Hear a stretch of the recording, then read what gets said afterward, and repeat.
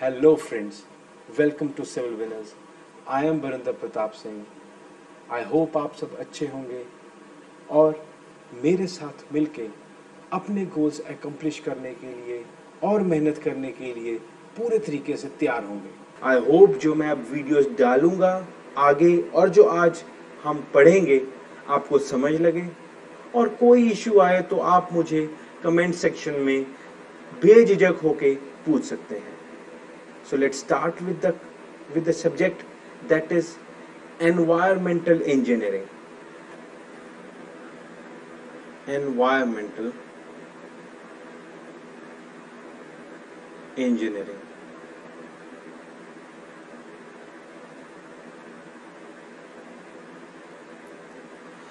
देखिए, environmental engineering की importance के बारे में पहले मैं आपसे बात करना चाहता हूँ।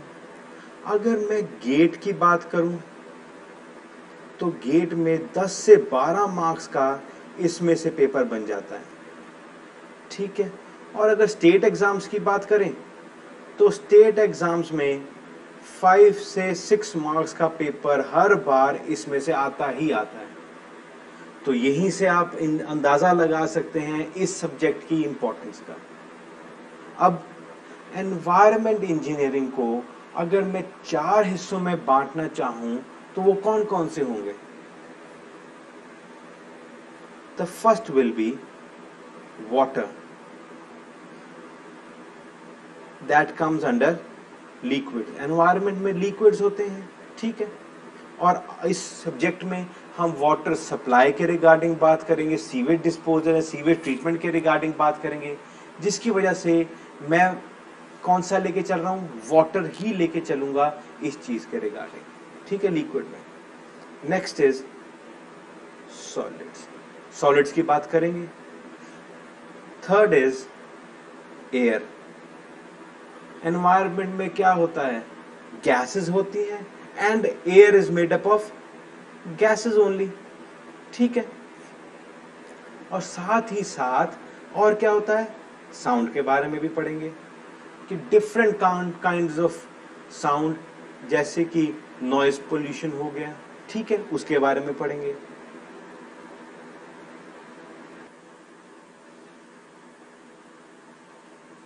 अब ये तो हो गए 4 हिस्से एनवायरमेंटल इंजीनियरिंग के।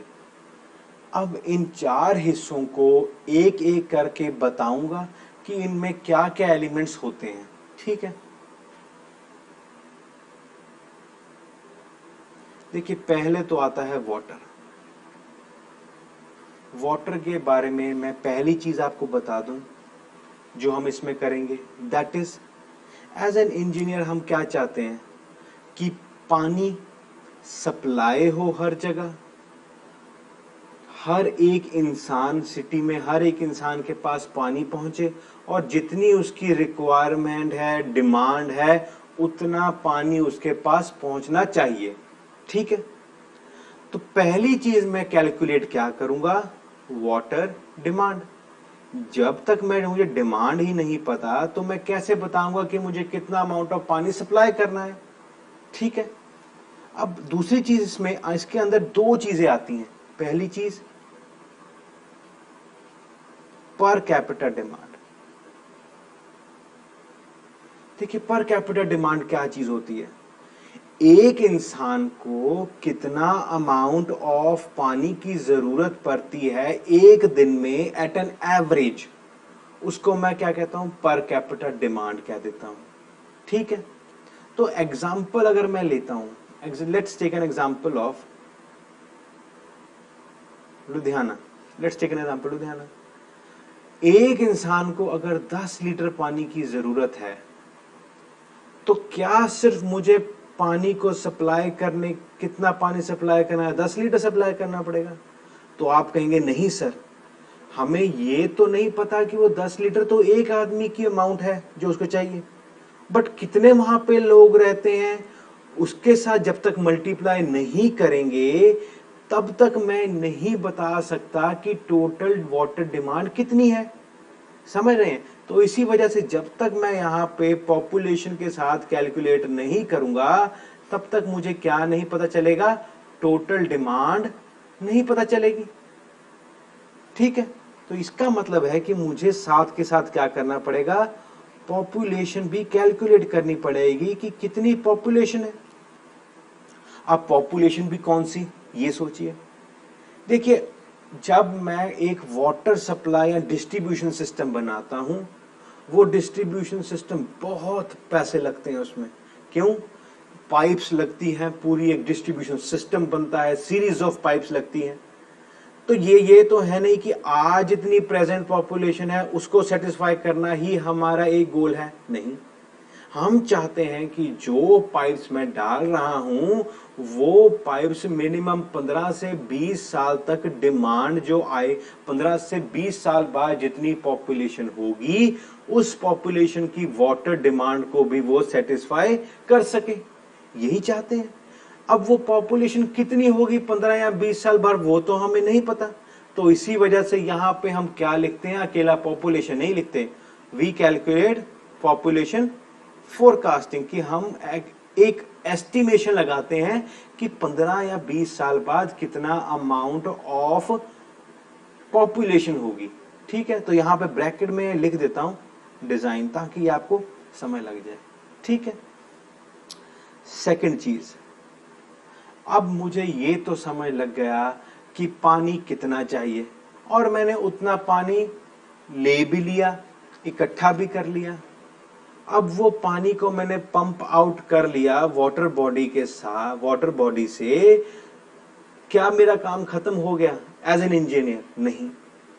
मुझे सिर्फ पानी को सप्लाई नहीं करना, मुझे ये भी देखना है कि जो पानी सप्लाई हो that is better, that is good for all the purposes जिसके लिए वो चाहिए। मीन्स उसकी क्वालिटी सही होनी चाहिए, it should not be harmful to human beings.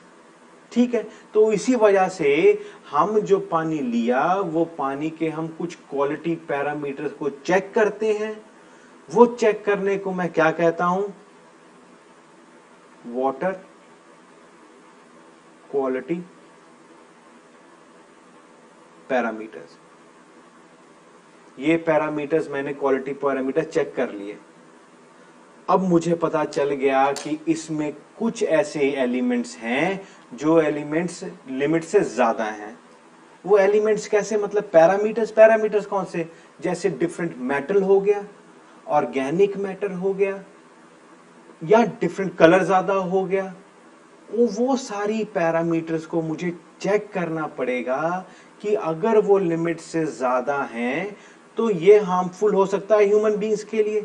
इसी वजह से मैं क्या करता हूं, मैं इसके बाद ट्रीटमेंट करता हूं। और ट्रीटमेंट कब करूंगा, जब मुझे पता चल गया कि कुछ पैरामीटर्स ऐसे हैं जो लिमिट से ज्यादा हैं, तो उनको लिमिट में लेके आना बहुत जरूरी है before distributing it to the public. तो इसी वजह से मैं इसके बाद क्या करता हूं, वाटर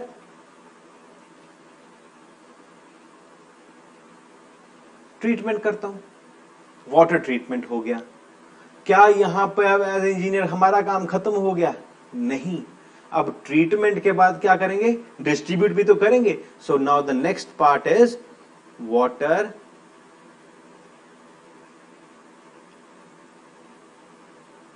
डिस्ट्रीब्यूशन सिस्टम। अब वाटर डिस्ट्रीब्यूशन सिस्टम भी 3-4 टाइप्स के होते हैं। वो जो हमारे लिए एप्रोप्रिएट होता है, जो डिजाइन के लिए एप्रोप्रिएट होता है, हम उसको उस सिस्टम को अडॉप्ट कर लेते हैं। उसके बारे में जब ये टॉपिक आएगा तो बड़े एक्सटेंसिव तरीके से समझेंगे। अभी एक ओवरव्यू लीजिए, ठीक है। अब वाटर डिस्ट्रीब्यूशन हो गया। अब इसके बाद क्या होगा, इसके बाद आएगा कि जो पानी डिस्ट्रीब्यूट हुआ वो आप सबने हमने यूज किया। यूज करने के बाद वो क्या बन गया हमारे लिए, वेस्ट वाटर बन गया। Now it is a waste. अब वो ड्रिंकिंग पर्पस, सारे पर्पसेस के हमने यूज कर लिया, now it is a waste for us. इसी वजह से मैं उसको क्या बोलूंगा, वेस्ट वाटर बोलूंगा। और वो वेस्ट वाटर ड्रेन्स के थ्रू होता होता कहां जाएगा, सीवर्स में जाएगा। इसी वजह से हम सीवर्स के रिगार्डिंग भी इस चैप्टर में हम पढ़ेंगे, ठीक है। सीवर्स के बाद क्या होगा, सीवर्स के बाद ये कहाँ जाएगा? ये जाएगा सीधे वाटर बॉडी में। और ये आपको भी पता है कि जो सीवर्स में पानी है वो कौन सा है, जिसको मैं सीवेज बोलता हूँ। और वो सीवेज वाटर बॉडी को मैं अगर मैंने सीधे फेंक दिया तो हो सकता है कि जो एक्वेटिक लाइफ है जैसे मछलियां एक्सेट्रा, वो उनकी लाइफ पे भी खतरा हो सकता है। और ये हम कतई नहीं चाहेंगे कि उनकी एक्वेटिक लाइफ डिस्टर्ब हो या नुकसान हो उसको। इसी वजह से हम क्या करते हैं, हम सीवर जो है, सीवर से जो सीवेज है उसे क्वालिटीज चेक करते हैं। कैसे चेक करेंगे? That is called sewage characteristics.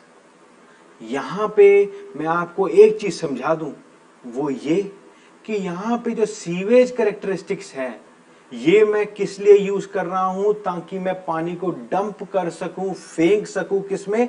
Water body में। बट जो यहां पे मैंने क्वालिटी पैरामीटर्स चेक किए, वो क्वालिटी पैरामीटर्स मैंने इसलिए चेक किए थे ताकि जो पानी मैं लोगों को सप्लाई कर सकूं। तो दोनों में फर्क है, इसमें कंफ्यूज नहीं होना हमने। ठीक है, अब 6 चीज होगी सीवेज कैरेक्टरिस्टिक्स। और मुझे समझ लग गया कि हाँ, कुछ ऐसे पैरामीटर्स हैं जो लिमिट से ज्यादा हैं, और अगर हमने उसको कम लिमिट में नहीं लेके आए तो वो एक्वेटिक लाइफ को हार्म पहुंचाएंगे ही पहुंचाएंगे। तो हम क्या करेंगे? सीवेज ट्रीटमेंट करेंगे। सीवेज ट्रीटमेंट कर लिया हमने कि हमने कहा कि अब ये इसके लिमिट में आ गए हैं। क्या इसके बाद काम खत्म हो गया? इसके बाद लास्ट चीज क्या आएगी? Sewage disposal. समझ आ गई बात? ये जो वाटर है, this part of environmental engineering is very important. 60 से 70% का अगर क्वेश्चन एनवायरमेंट इंजीनियरिंग में आते हैं तो इसमें से बनते हैं। तो इसीलिए आपको खास ध्यान रखना है कि वाटर सप्लाई और डिफरेंट जो मैंने अभी आपको टॉपिक बताए, इसके रिगार्डिंग अच्छे तरीके से आपको तैयारी करनी है। ठीक है, अब आगे क्या होता है उसके बारे में बात करते हैं। Next is solids. देखिए, सॉलिड्स में आपको मैं क्लियर कट चीज समझाता हूं कि असल में क्या होता है।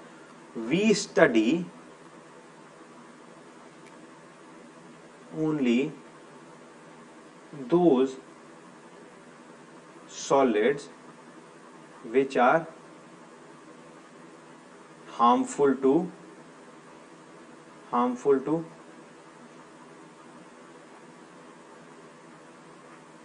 Human beings. सिर्फ जो ह्यूमंस के लिए ठीक नहीं रहेंगे या हार्मफुल रहेंगे, वो सॉलिड्स के बारे में ही हम पढ़ेंगे इसमें।